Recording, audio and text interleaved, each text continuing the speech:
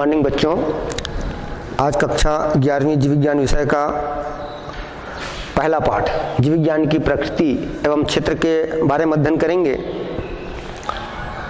हम अपने चारों ओर बहुत सारे वस्तुओं को देखते हैं। उन वस्तुओं को 3 श्रेणी में बांटा गया है।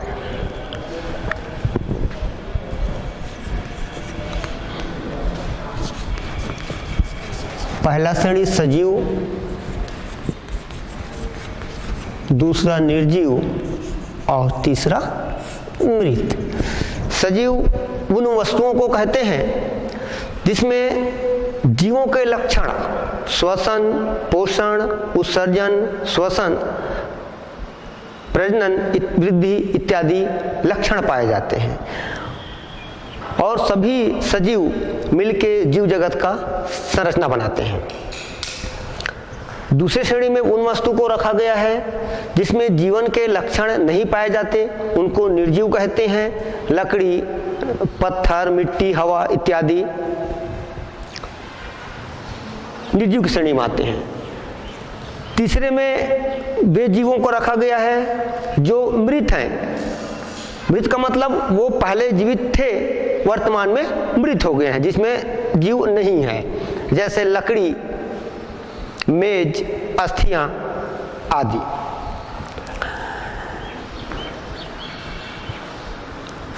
जीवमंडल का एक अभिलाक्षणिक गुण होता है कि वह जीवों को आधार प्रदान करता है,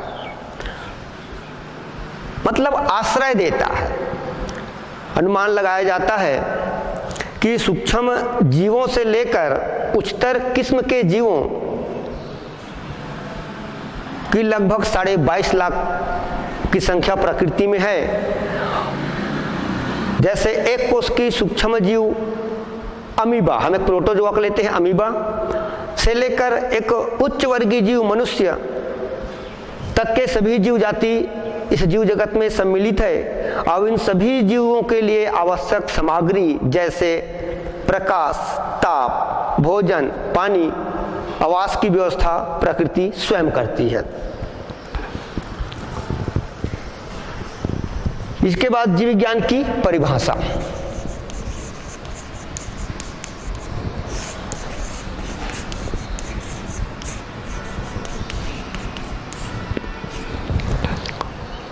जीव विज्ञान विज्ञान का एक प्रमुख शाखा है।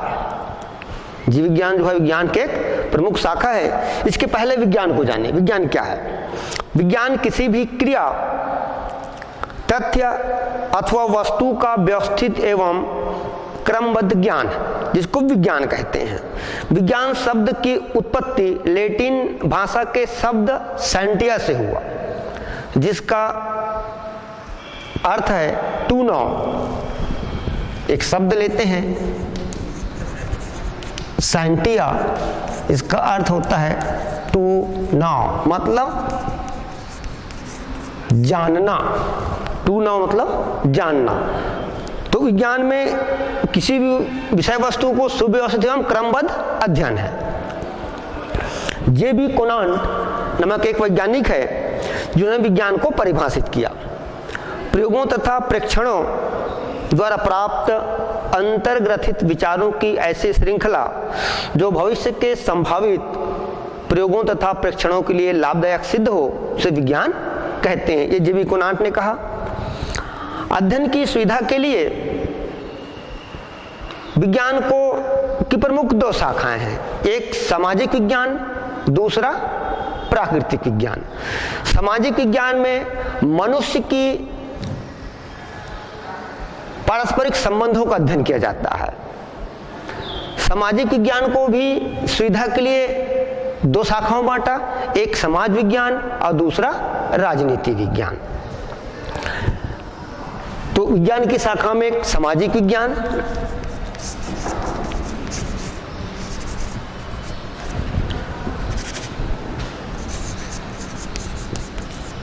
इसकी 2 शाखाएं,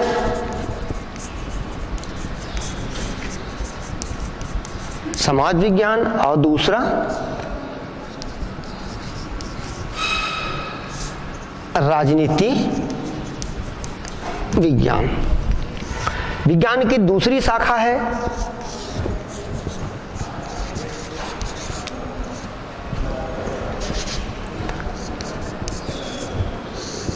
प्राकृतिक विज्ञान। इस प्राकृतिक विज्ञान में हम प्रकृति प्रदत्त वस्तुओं का अध्ययन करते हैं। प्राकृतिक विज्ञान में प्रकृति प्रदत्त मतलब प्रकृति से जो वस्तुएं हमको प्राप्त उपलब्ध हुआ है उन वस्तुओं का अध्ययन करते हैं, उसे बोलते हैं प्राकृतिक विज्ञान। प्राकृतिक विज्ञान की शाखाएं और है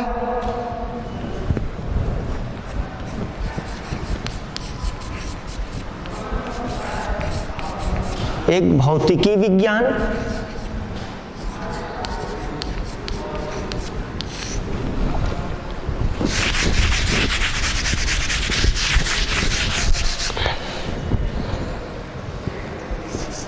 और दूसरा जीव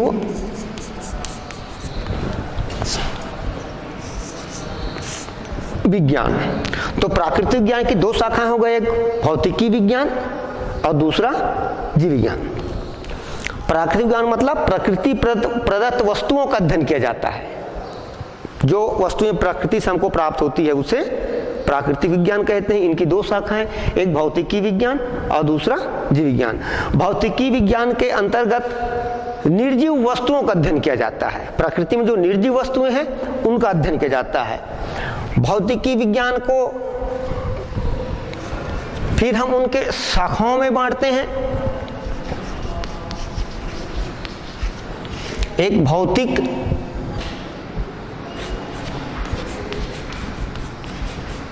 दूसरा रसायन, तीसरा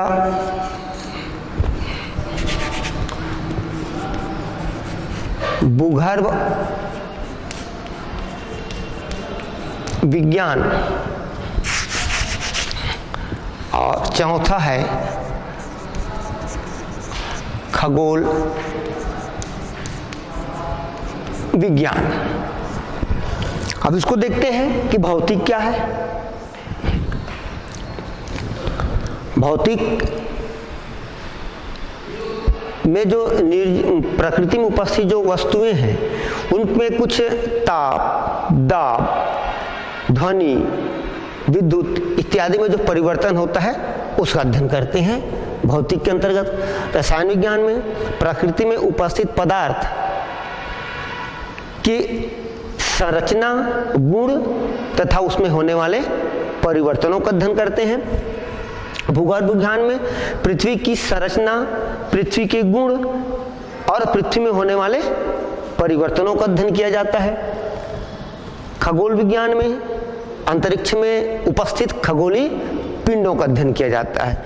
ये भौतिकी विज्ञान के अंतर्गत।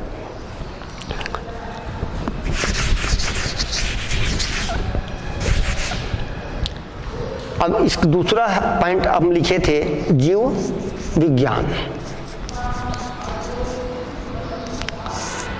जीव विज्ञान में जीवों का अध्ययन किया जाता है। प्रकृति में जितने भी जीव हैं, वनस्पति हो, जंतु हो, उसको जीव विज्ञान कहते हैं। जीव विज्ञान को विज्ञान की एक अलग शाखा के रूप में अध्ययन किया जाता है, जिसका नींव अरस्तु नामक एक दार्शनिक है, फ्रांसीसी दार्शनिक, उन्होंने रखा। लेकिन जीव विज्ञान शब्द का प्रयोग सबसे पहले, जीव विज्ञान शब्द को अंग्रेजी में बायोलॉजी लिखते हैं।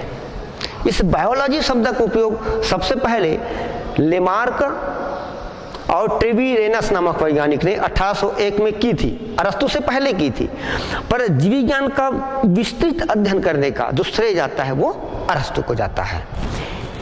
इसीलिए अरस्तु को जीव विज्ञान के जनक कहते हैं।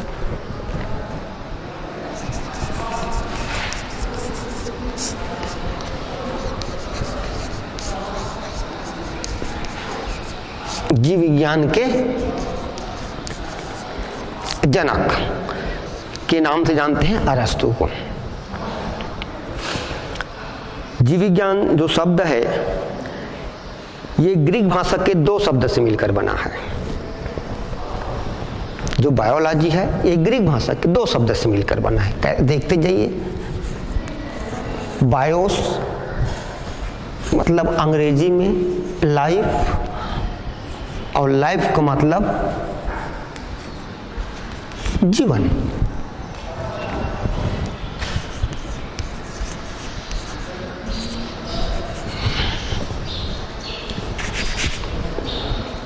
लॉगोस का मतलब होता है अंग्रेजी में स्टडी, और स्टडी का मतलब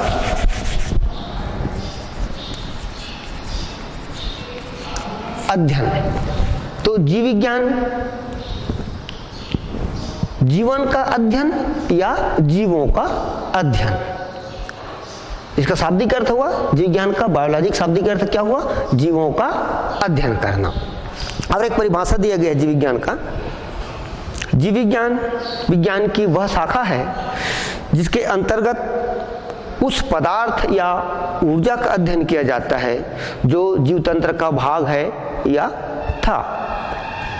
अब जीव तंत्र का भाग है, वर्तमान में जो जीवित है, और था मतलब जो मृत हो चुका है, उसका भी अध्ययन जीव विज्ञान के अंतर्गत करते हैं। जैसे अस्थियां, हड्डी मृत है लेकिन उसका अध्ययन करते हैं। उसी प्रकार से लकड़ी, फर्नीचर, टेबल जो है ये सब मृत है, लेकिन इसको हम जीव विज्ञान के अंतर्गत अध्ययन करते हैं। पर वो कभी ना कभी जीव तंत्र का भाग था, पहले था, पर अभी जीवाश्मों का अध्ययन करते हैं।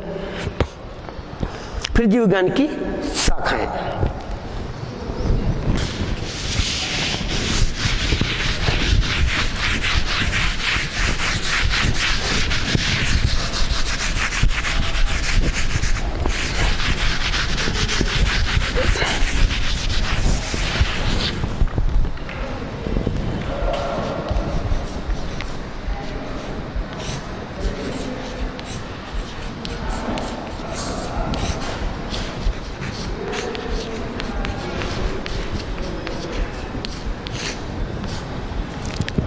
जीव विज्ञान की शाखाएं।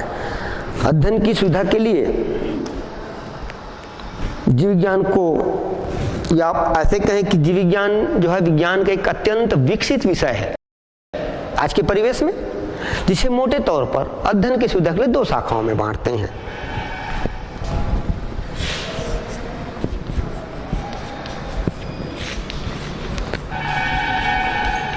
एक जंतु विज्ञान, दूसरा वनस्पति विज्ञान। जंतु विज्ञान के अंतर्गत हम जंतुओं का अध्ययन करते हैं। जितने भी प्रकृति में जंतु है, सूक्ष्म जीव से लेकर उच्च वर्गीय जंतुओं का अध्ययन करते हैं। वनस्पति में, प्रकृति में जितने भी वनस्पति हैं उन पूरे वनस्पतियों का अर्थात पेड़ पौधों का अध्ययन किया जाता है। आपको यह जानकर आश्चर्य होगा कि प्रकृति में लगभग 12 लाख प्रकार के जंतु और 5 लाख प्रकार के पादप पाए जाते हैं, और निरंतर नए नए जंतुओं की, पादपों की खोज होती रहती है। हमारे जो वैज्ञानिक हैं इनका काम ही है नए पादप खोजना, जंतु खोजना, हर साल खोजते रहते हैं। तो इतने प्रकार के जीवों को, सभी जीवों की सभी क्रियाओं का अध्ययन करना संभव नहीं है। इस कारण जीव विज्ञान के अध्ययन को और सुविधाजनक बनाने के लिए उनको और बहुत सारे शाखाओं में बांटा गया है। ये तो मुख्य 2 शाखा हुआ। अब इन दोनों जंतु विज्ञान और वनस्पति विज्ञान, इनकी और बहुत सारे शाखाएं हैं।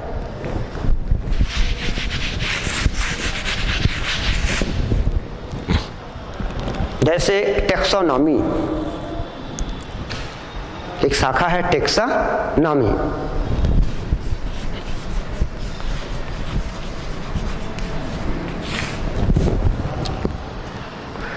टेक्सोनॉमी में जीवों को पहले खोजते हैं, खोजने के बाद पहचानते हैं, पहचानने के बाद उनका नामकरण, और अंत में उनके गुणों के आधार पर उनको एक निश्चित समूह या वर्ग में रखते हैं। क्यूलस लिनियस एक साइंटिस्ट है जिन्होंने सबसे पहले जीवों के नामकरण के बारे में बताया तो कैर्लस लिनियस को टैक्सोनॉमी के जनक कहते हैं। इसकी अगली शाखा है मॉर्फोलॉजी, आकारिकी। इसमें जीवों के बाह्य स्वरूप और बाह्य आकार, वो दिखता कैसे है, उसका अध्ययन किया जाता है। दूसरा शारीरिकी, एनाटॉमी, विज्ञान की एक शाखा एनाटॉमी। एनाटॉमी के अंतर्गत जंतु और पौधों के शरीर की आंतरिक संरचनाओं का अध्ययन किया जाता है। और हम लिखते जाएं, टैक्सोनॉमी हो गया, मॉर्फोलॉजी, एनाटॉमी, क्रम से लिखते हैं। तो एनाटॉमी में शरीर की आंतरिक संरचनाओं का अध्ययन किया जाता है।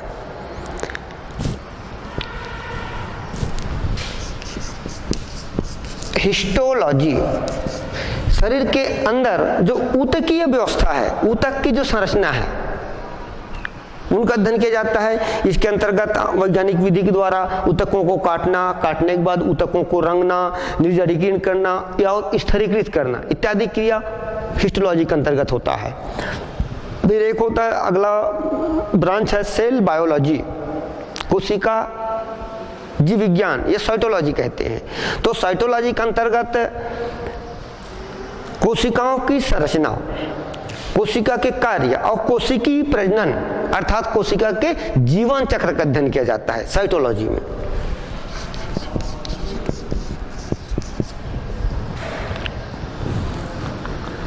फिर बायोकेमिस्ट्री, जीव रसायन, जीव विज्ञान की वह शाखा है जिसके अंतर्गत जीवित कोशिका के अंदर उपस्थित रासायनिक पदार्थों का अध्ययन करते हैं कि जीव के शरीर के अंदर जैसे कार्बोहाइड्रेट, प्रोटीन, वसा आदि तथा उनमें उपापचय क्रिया में क्या योगदान है उस पदार्थ का,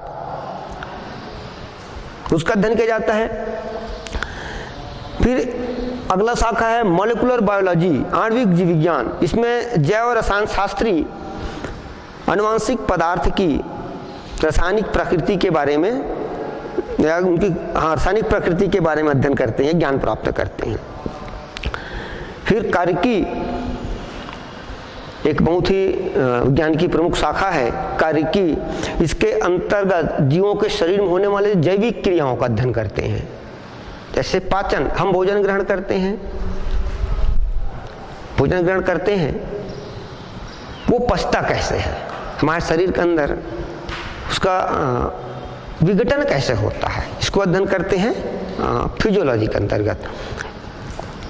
एम्ब्रियोलॉजी, भ्रूणिकी, इसके अंतर्गत गेमिटोजेनेसिस, गेमिट बनने की प्रक्रिया, फर्टिलाइजेशन, जाइगोट बनने की प्रक्रिया, जाइगोट में क्या परिवर्तन होता है, जाइगोट के बाद भ्रूण कैसे बनता है, ये पूरी प्रोसेस का अध्ययन करते हैं। एम्ब्रियोलॉजी कहलाता विज्ञान की शाखा। अगली शाखा इकोलॉजी, पारिस्थितिकी। यह वह शाखा है जिसके अंतर्गत जीवों के आपसी संबंध, वातावरण और जीव के बीच क्या संबंध है। हम प्रकृति में जीवित हैं, हम जीवित क्यों हैं, वातावरण और हमारे बीच कुछ न कुछ संबंध है, तभी हम जीवित हैं। इसका अध्ययन करते हैं इकोलॉजी के अंतर्गत। विज्ञान की एक और प्रमुख शाखा है अनुवांशिकी, जीनेटिक्स। विज्ञान की वह शाखा है जिसके अंतर्गत जीवों में पाई जाने वाली समानता, विभिन्नता और अनुवांशिकता का अध्ययन करते हैं। तीन चीज यहां पर है, एक समानता, विभिन्नता और अनुवांशिकता। मनुष्य का संतान हमेशा मनुष्य होगा, समान है, पर माता पिता से थोड़ा भिन्न भी होगा, सेम माता पिता की टाइप नहीं होगा, थोड़ा भिन्नता आ गई। अगर एक माता पिता के दो संतान हैं, फिर दोनों में थोड़ा थोड़ा भिन्नता रहता है, फिर दोनों में समानता भी है, यही अनुवांशिकता है। इसका अध्ययन करने वाले वैज्ञानिक हैं ग्रेगोर जॉन मेंडल, जिसको अनुवांशिकी के जनक कहते हैं।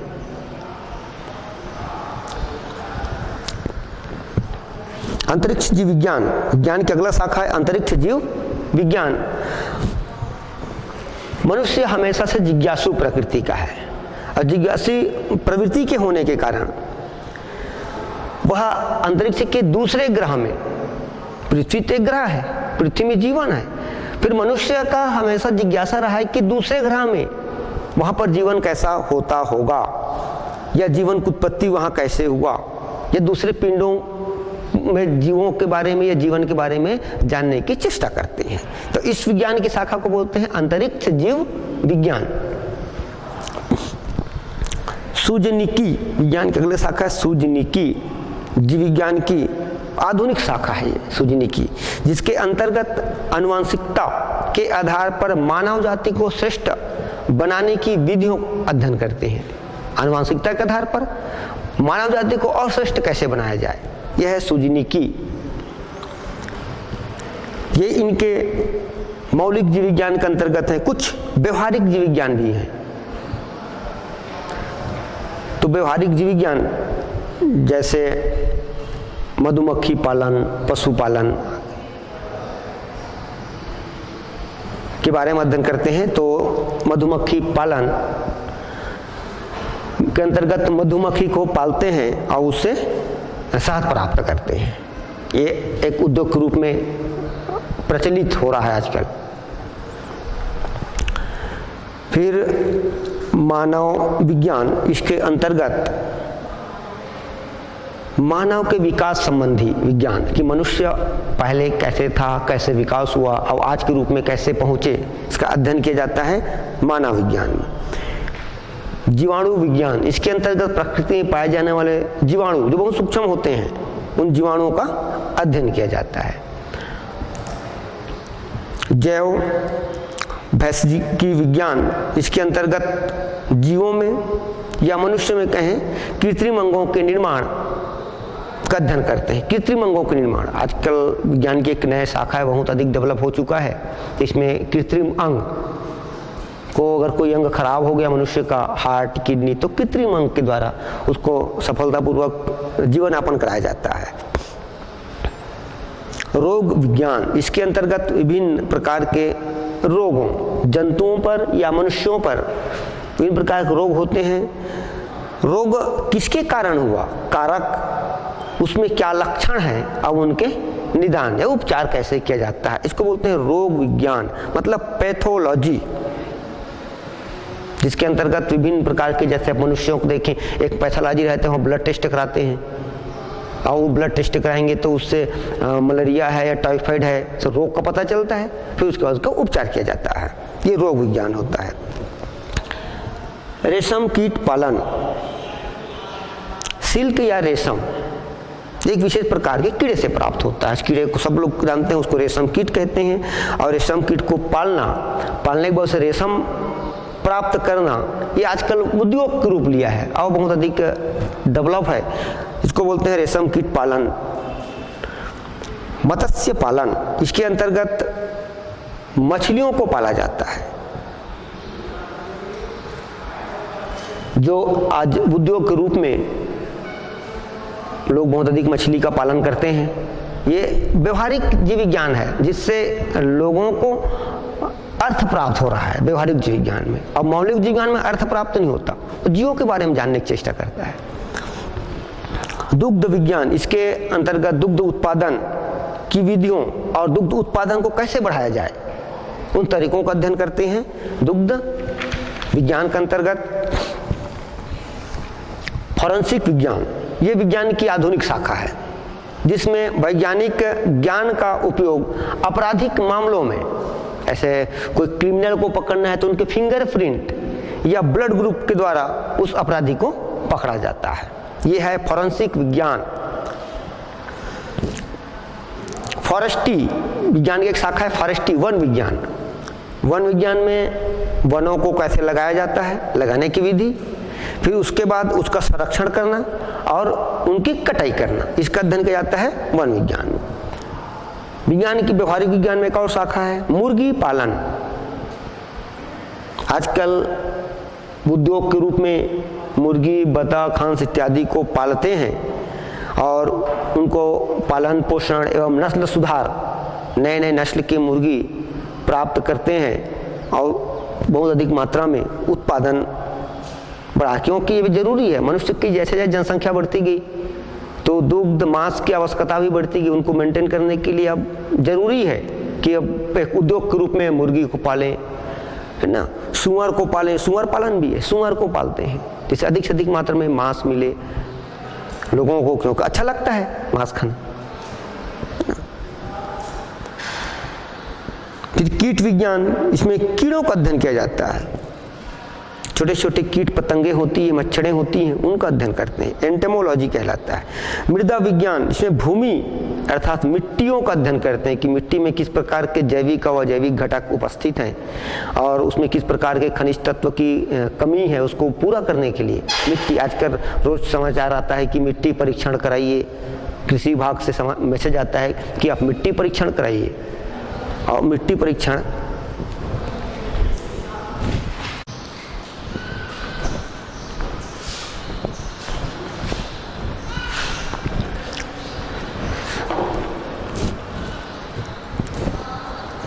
मृदा विज्ञान में मिट्टी का परीक्षण किया जाता है जिसमें उपस्थित जैविक और अजैविक घटकों के बारे में जानकारी प्राप्त होती है। विज्ञान की अगली शाखा है जीव भूगोल। इसके अंतर्गत दोनों ही प्रकार के जीवों के भौगोलिक वितरण का अध्ययन करते हैं। जीवों के भौगोलिक वितरण कि कौन सा जीव किस भौगोलिक वातावरण में जीवित है, जैसे हिमालय तरफ एक भालू और वो उत्तरी भारत और दक्षिणी भारत दोनों के भालू अर्थात बियर में रहन सहन के कारण उसमें अंतर आ गया है, अब दोनों के बीच आपसी सहयोग भी नहीं हो सकता। तो इस प्रकार से जीव भूगोल का अध्ययन किया जाता है। फिर विकास, विज्ञान की एक शाखा है विकास, इसमें जंतु के विकास और उनके पूर्वजों एवं जीवाश्मों का अध्ययन करते हैं कि जंतु का विकास कैसे हुआ। आपने पिछली कक्षा में पढ़ा भी होगा या है, जिराफ के एक्सपेरिमेंट बताया है लेमार्क ने कि जिराफ का विकास कैसे हुआ। ये विकास भी एक विज्ञान की शाखा है। फिर एक वातावरणीय प्रदूषण, मानवीय क्रियाकलापों के कारण आजकल जो वातावरण है बहुत ही ज़्यादा प्रदूषित हो रहा है, तो उसका संतुलन बिगड़ रहा है, वातावरण का संतुलन बिगड़ रहा है, उसको किस प्रकार से ठीक करें, उनके दुष्प्रभावों को अध्ययन करके। तो इस प्रकार विज्ञान की एक शाखा है वातावरणीय प्रदूषण, जिसे प्रदूषणों का अध्ययन करते हैं और प्रदूषण वातावरण को प्रदूषण से मुक्त किया जाता है। अध्ययन की सुविधा के लिए जीव विज्ञान की और बहुत सारी शाखाएं हैं, जैसे कि है विषाणु विज्ञान, इसमें विषाणुओं का अध्ययन करते हैं। शैवाल विज्ञान, शैवालों का अध्ययन किया जाता है। कवक विज्ञान, कवकों का अध्ययन किया जाता है। डेंड्रोलॉजी, विज्ञान की एक और शाखा डेंड्रोलॉजी, इसमें झाड़ी और वृक्षों का अध्ययन किया जाता है। पुष्प विज्ञान, विभिन्न प्रकार के पुष्पों का अध्ययन किया जाता है। फल विज्ञान के अंतर्गत फल का अध्ययन किया जाता है। मत्स्य विज्ञान, इसे मछलियों का अध्ययन किया जाता है। सरीसृप विज्ञान, इसमें सरीसृपों का अध्ययन किया जाता है। एक विरूपता विज्ञान है, मनुष्य में पाई जाने वाली जन्मजात विरूपताओं का अध्ययन करते हैं। जैव भौतिकीय, भौतिक सिद्धांतों के आधार पर जैव क्रियाओं की व्याख्या किया जाता है। सर्प विज्ञान में सर्प का अध्ययन किया जाता है। और मनोजीव विज्ञान, विज्ञान की एक आधुनिक शाखा है मनोजीव विज्ञान भी, में जंतु की मनोवृत्ति का अध्ययन किया जाता है। इसको साइकोलॉजी बोलते हैं, जंतुओं की मनोवृत्ति का कि जो क्या सोच रहा है इसके बारे में अध्ययन करते हैं। ये रहा विज्ञान की शाखाएं, मौलिक और व्यवहारिक शाखा। अगला बिंदु है जीव विज्ञान का दूसरे विज्ञान से संबंध क्या है।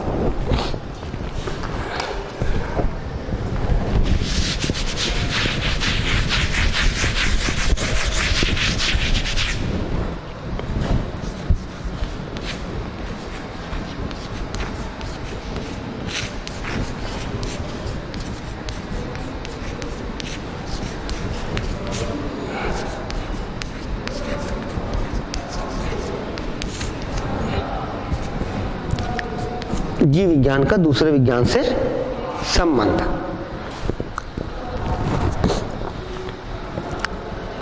सभी विज्ञान प्रकृति को जानने और समझने के विभिन्न तरीके हैं और उनके बीच कोई निश्चित सीमा रेखा नहीं है। विज्ञान भिन्न शाखाएं उनके बीच में, तो विज्ञान की सभी शाखाएं एक दूसरे के ज्ञान पर निर्भर है।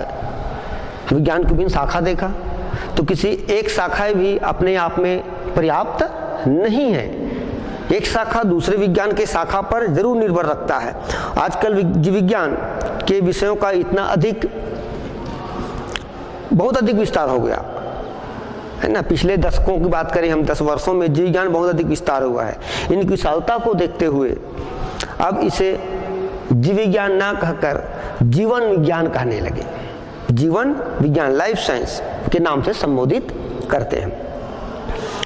इस नए विषय में कई आवश्यक विषयों का समावेश किया गया है। उदाहरण के रूप में हम देखें तो जीव विज्ञान में अनेक प्रकार के कार्बनिक और अकार्बनिक पदार्थ है जिससे जीव का निर्माण हुआ है। एक जीव का निर्माण हम बात करते हैं, किसी भी जीव का, मनुष्य, जंतु, पौधे हो, वो 2 प्रकार के वस्तुओं से बना है, एक कार्बनिक और दूसरा अकार्बनिक वस्तु, जिनके अपने भौतिक और रासायनिक गुण होते हैं। जैसे हमारे शरीर की बात करें, carbon, hydrogen, oxygen, nitrogen, sulphur, sodium, potassium इत्यादि तत्वों से बना है। ये सब कार्बनिक और अकार्बनिक 2 ही प्रकार के वस्तुएं हैं। अब इन कार्बनिक और अकार्बनिक वस्तुएं के भौतिक गुण है और रासायनिक गुण है, क्योंकि हमने प्राकृतिक विज्ञान में देखा है कि प्राकृतिक विज्ञान की भी शाखाएं भौतिक, रसायन, भूगर्भ, खगोल देखा। तो कहीं न कहीं जीव विज्ञान का संबंध किससे जा रहा है? प्राकृतिक विज्ञान से संबंध बता रहे हैं। जीव विज्ञान का दूसरे विज्ञान से क्या संबंध? तो उसका संबंध प्राकृतिक विज्ञान चला गया, अर्थात भौतिक विज्ञान से भी संबंध है और रासायनिक विज्ञान संबंध है। तो इसका जो नियंत्रण होता है, जैव भौतिकीय और जैव रसायन 2 शाखा का निर्माण हो गया। इसी प्रकार जीवों की मनोवृत्ति एवं व्यवहार के अध्ययन के लिए मनोविज्ञान का अध्ययन, साइकोलॉजी का अध्ययन आवश्यक है, जिसे मनोजीव विज्ञान शाखा को नाम जन्म दिया, साइकोलॉजी। प्रत्येक जीव भौतिक वातावरण में वास करता है।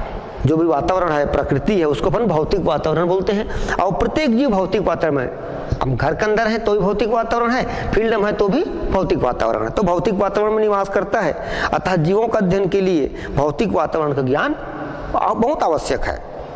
इसके लिए जीव विज्ञान के शिक्षार्थी भूविज्ञान, भूगर्भ विज्ञान, भूगोल, खगोल विज्ञान, मौसम विज्ञान, समुद्र विज्ञान और भौतिक भूगोल का अध्ययन करना आवश्यक है, क्योंकि जीव विज्ञान के बारे में, उनके वास स्थान के बारे में जान रहे हैं। तो वास स्थान का एक अलग ज्योग्राफी होता है, उसकी बनावट कैसे है, भूगर्भ विज्ञान पर आ गए, है ना।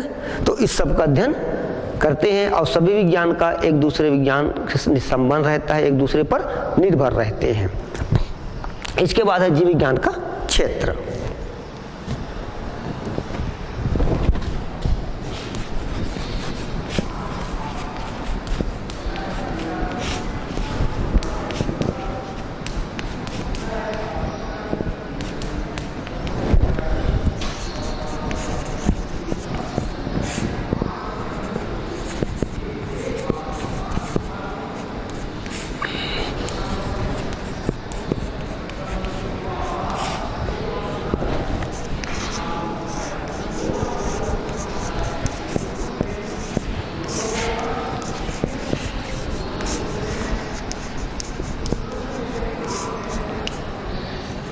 मौलिक जीव विज्ञान और व्यवहारिक जीव विज्ञान।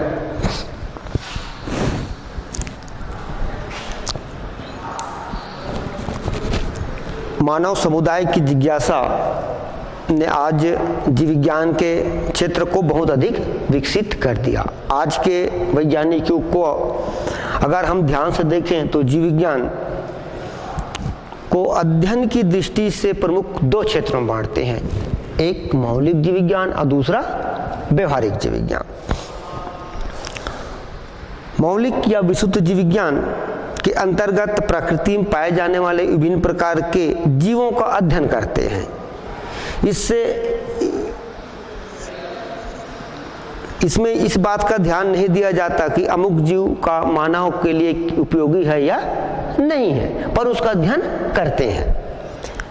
इसके क्षेत्र कई क्षेत्रों में विभाजित, जैसे आकारिकी शुरू हमने पढ़ा, मॉर्फोलॉजी, टेक्सोनॉमी, एनाटॉमी, साइटोलॉजी मतलब कोशिका विज्ञान, भ्रूणिकी, कारिकी, पारिस्थितिकी, ये सभी विज्ञान जो हैं वो किसके अंतर्गत आते हैं? मौलिक जीव विज्ञान। उस जीव का हमारे जीवन में क्या उपयोग है इससे मतलब नहीं है, जीवों का अध्ययन करना है। जैसे हम चूहा का भी अध्ययन करते हैं, मेढक का अध्ययन करते हैं, सर्पों का अध्ययन करते हैं, पर उसका हमारे जीवन में क्या उपयोग है इस बात को हम नहीं आंकते, सिर्फ अध्ययन करते हैं जीवों का, है ना। तो इसमें हम तो उनके बाह्य रूप का, आंतरिक संरचना का, उनके शरीर में कोशिका है उनकी वृद्धि कैसे होता है, विभाजन कैसे होता है, उनके शरीर में जो एक्टिविटीज है, क्रियाविधि कैसा है, ये सब का अध्ययन करते हैं मौलिक जीव विज्ञान। दूसरा है व्यवहारिक जीव विज्ञान। व्यवहारिक जीव विज्ञान के अंतर्गत जीव विज्ञान की उन शाखाओं का अध्ययन करते हैं जो मनुष्यों के व्यवहारिक जीवन के लिए उपयोगी है। अर्थात जीव विज्ञान का यह क्षेत्र कई क्षेत्रों या शाखाओं में बटा है, मतलब जीवों का मनुष्य के लिए कितना उपयोगी है इस बात को हम ध्यान देते हैं, इसको व्यवहारिक जीव विज्ञान बोलते हैं। जैसे पशुपालन, पशु पालने से मनुष्य को फायदा है, रेशम कीट पालन उससे मनुष्य को फायदा है, मत्स्य पालन, मुर्गी पालन, सुअर पालन, चिकित्सा विज्ञान, जंतु जनन, पादप प्रजनन, सूजनिकी, वन विज्ञान, यांत्रिकी, अनुवांशिकी, एक विज्ञान की नई शाखा है, आधुनिक शाखा, यांत्रिकी, अनुवांशिकी, जेनेटिक इंजीनियरिंग, जिसमें मानव के या अन्य मनुष्य पर तो लागू नहीं हुआ अभी तक, पर कुछ जीवों के गुणसूत्रों को हेर फेर करके नया गुणसूत्र बनाया जाता है और नया गुण उत्पन्न कर सकते हैं। यह है यांत्रिकी, अनुवांशिकी, जेनेटिक इंजीनियरिंग, ये आधुनिक शाखा है। तो आजकल ये भी व्यवहारिक विज्ञान हो गया है, क्यों? इससे मनुष्यों को फायदा है। जैसे कि एग्जाम्पल बता रहा हूं आपको मैं, एक वैज्ञानिक है कार्पेचेंको, उन्होंने एक्सपेरिमेंट किया था सरसों और गोभी पर, गोभी और सरसों पर, सरसों और गोभी, कौन सा गोभी?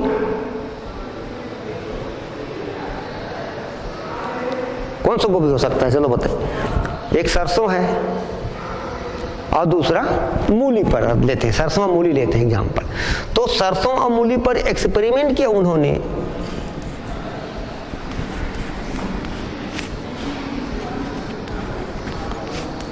है ना। सरसों को बोलते हैं ब्रासिका, मूली को बोलते हैं रेफेनो, पूरा नाम रेफेनो सेटाइवा और ब्रासिका कम पेस्ट्रिस, ये सरसों। दोनों में गुणसूत्र की संख्या समान है, दोनों के आधा आधा गुणसूत्र को लिया एन और एन और दोनों से क्रॉस कराया, अब एक नया जीव बनाया, ये भी 2n है, ये भी 2n, इनका आधा आधा गुणसूत्र को लिया, हैप्लॉइड नंबर ऑफ क्रोमोसोम को, और एक नया जीव बनाया। इस नया जीव को नाम इन्होंने रखा रेफेनो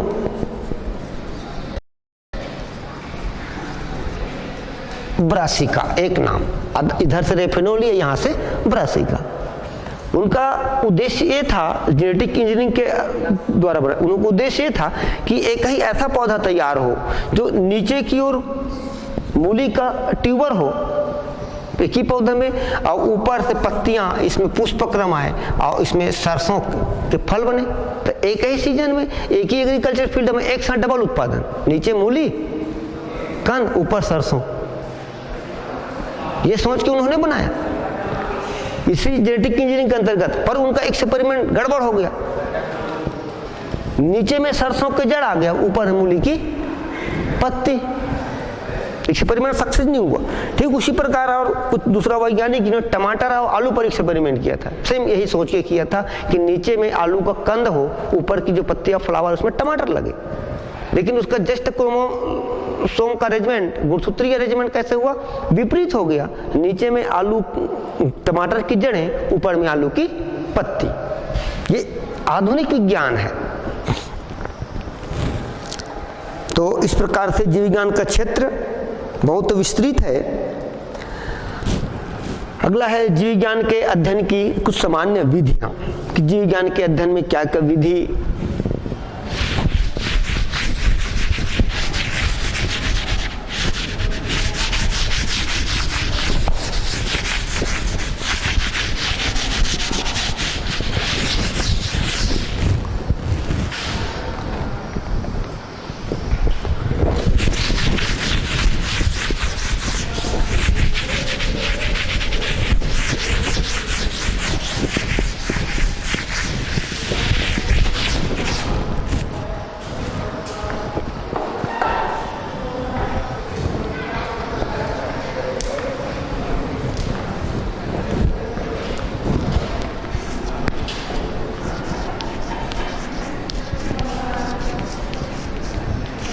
अध्ययन की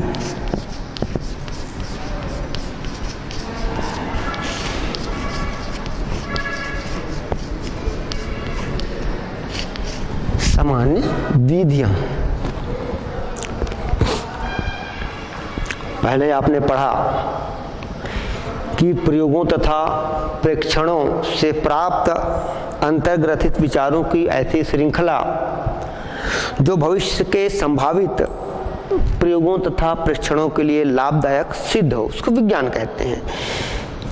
साधारण भाषा में कहें, प्रयोगात्मक निरीक्षणों द्वारा प्राप्त खोजों पर आधारित सुव्यवस्थित एवं क्रमबद्ध ज्ञान को विज्ञान कहते हैं। अतः विज्ञान के अंतर्गत किसी भी घटना को ध्यान से देखकर उसके परिणामों के आधार पर एक निश्चित ज्ञान देता है और उसे परिभाषित करके उसके बारे में सिद्धांत का प्रतिपादन करता है, जो उसी प्रकार की सभी घटनाओं या तथ्य पर लागू होती है। तो प्रयोगों में लाई गई विधियों को वैज्ञानिक विधि कहते हैं। प्रयोग में जितने विधि लाते हैं उनको क्या बोलते हैं? वैज्ञानिक विधि।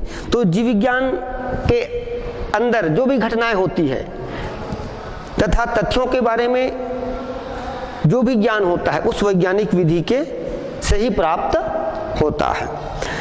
जीव विज्ञान के अंदर वैज्ञानिक अध्ययन के लिए कुछ प्रमुख विधियां हैं। जैसे पहला है प्रेक्षण या निरीक्षण।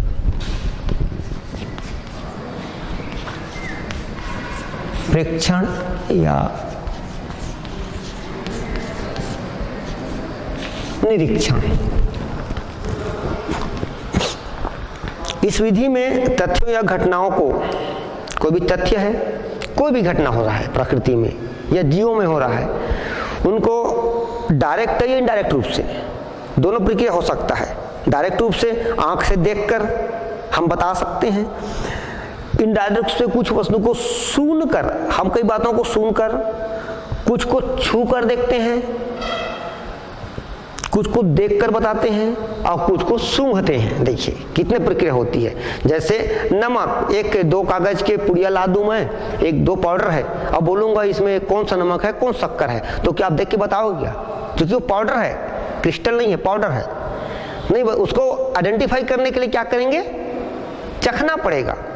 बस चखेंगे ना, तब पता चलेगा जो नमकीन है वो नमक है और जो मीठा है वो शुगर है।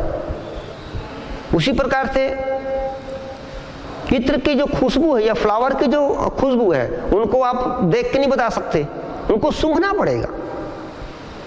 सूंघ के बताएंगे कि गुलाब का खुशबू है, यह मोगरे का खुशबू है।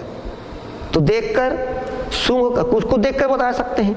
जैसे उदाहरण लेते हैं चुंबक। चुंबक की शक्ति को आप सीधे ना तो आंख से देख सकते हैं, ना सूंघ सकते हैं, ना चख सकते हैं, पर क्या करेंगे? चुंबक की शक्ति को पहचानने के लिए उसे किसी चुंबकीय पदार्थ के पास रखेंगे, तो चुंबकीय पदार्थ को जब वो आकर्षित करेगा तब हम कहेंगे कि ये पदार्थ चुंबक है। तो चुंबकीय पदार्थ अर्थात लोहा या निकिल को अपनी ओर आकर्षित किया।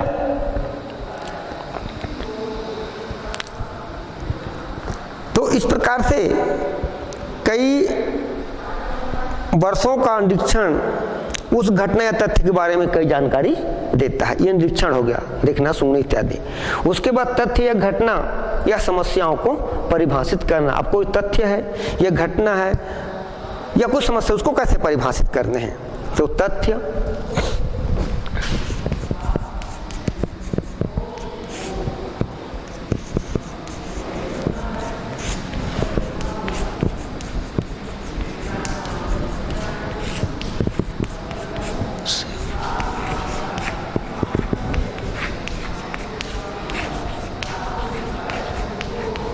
परिभाषित करना।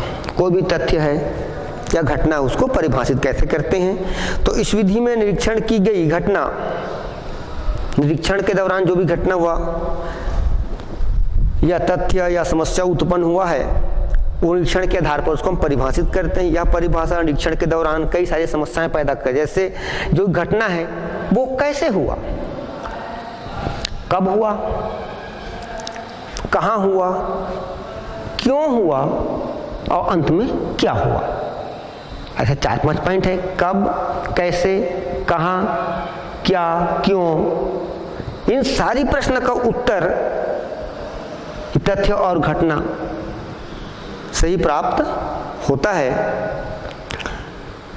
तत्पश्चात अभी हमने विज्ञान की प्रकृति एवं क्षेत्र के बारे में, इनकी परिभाषा, जानकारी और विभिन्न शाखाओं एवं विज्ञान के दूसरे विज्ञान संबंध, विज्ञान के क्षेत्र एवं विज्ञान के अध्ययन की सामान्य विधियों का अध्ययन किए। और धन्यवाद।